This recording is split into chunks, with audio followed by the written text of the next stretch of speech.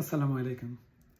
আজকে cyber bullying নিয়ে কিছু কথা বলবো। সাইবার বুলিং এমন একটা জিনিস ইদানিং সোশ্যাল মিডিয়াতে যে মানুষকে অপদস্থ করার জন্য, অপমান করার জন্য বেশ ভালো ভূমিকা পালন করে থাকে। কিছু মানুষ কাউকে যদি পছন্দ না করে থাকেন তখন বিভিন্ন ভাষায় এই সোশ্যাল মিডিয়াতে কমেন্টস করে কিংবা মেসেজ পাঠিয়ে বিভিন্ন ধরনের থ্রেট দিয়ে থাকেন এবং এটি খুবই মানসিকভাবে বিপর্যস্ত করে ফেলতে পারে।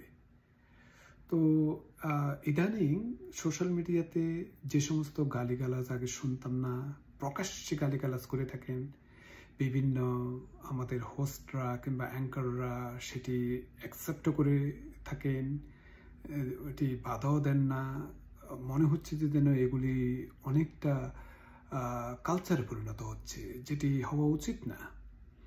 তো যেহেতু সাইবার বুলিংয়ের কথা বলছি, শুধু আমি সোশ্যাল মিডিয়াতে যারা কমেন্ট করে থাকে এই ধরনের তাদের ব্যাপারে আজকের এই পর্বটা আমি করেছি খুব সংক্ষিপ্ত আকারে। তো এটি কিভাবে প্রতিরোধ করবেন? সর্বপ্রথম হচ্ছে যে আপনার যে পার্সোনাল যে আছে, পার্সোনাল যে আপনার ডাটা আছে সেটি আপনি গোপনীয়তা রক্ষা করবেন, প্রাইভেসি সেটিংস রাখবেন। তারপর যে সমস্ত লোকদেরকে আপনি চিনেন না, অপরিচিত লোকদের কাছ থেকে কোনো মেসেজ বা লিঙ্ক কোনোদিন আপনি অ্যাকসেপ্ট করবেন না। তারপর আপনার পরিবারের সাথে খোলামেলা আলাপ করুন, যাতে আপনার মানসিকতার ব্যাপারে বিশেষ প্রভাব ফেলতে না পারে। বন্ধু বান্ধবের সাথেও আলোচনা করুন, এই ব্যাপারে কোনো অসুবিধা নেই।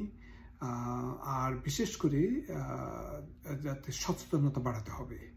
এবং একটার উত্তরে আপনি যদি সে সমস্ত অসভ্য অভদ্র লোকদেরকে আপনি উত্তর দিতে যান, আবার আপনাকে আরও বেশি কমেন্ট করবে, এবং এড়িয়ে চলুন। প্রয়োজনে যে সমস্ত লোক আপনাকে এই ধরনের মেসেজ দিয়ে থাকে তাদের থেকে দূরে থাকুন, এবং সেটি ব্লকেজ করে হতে পারে কিংবা উত্তর না দিয়ে হতে পারে, সেরকম করতে পারেন।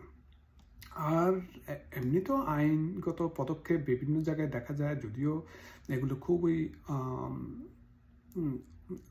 ভালো একটা ব্যবহার হয় না, বিশেষ করে আমাদের মতো দেশে, বাংলাদেশে। তবে আমেরিকাতে খুবই কঠোর এগুলির ব্যাপারে। তো সবসময় খেয়াল রাখবেন যে যাতে সাইবার বুলিংয়ের মধ্যে না পড়েন, এবং সেইভাবে আপনি সচেতন হয়ে আপনি আপনার সোশ্যাল মিডিয়াতে চলবেন। Thank you.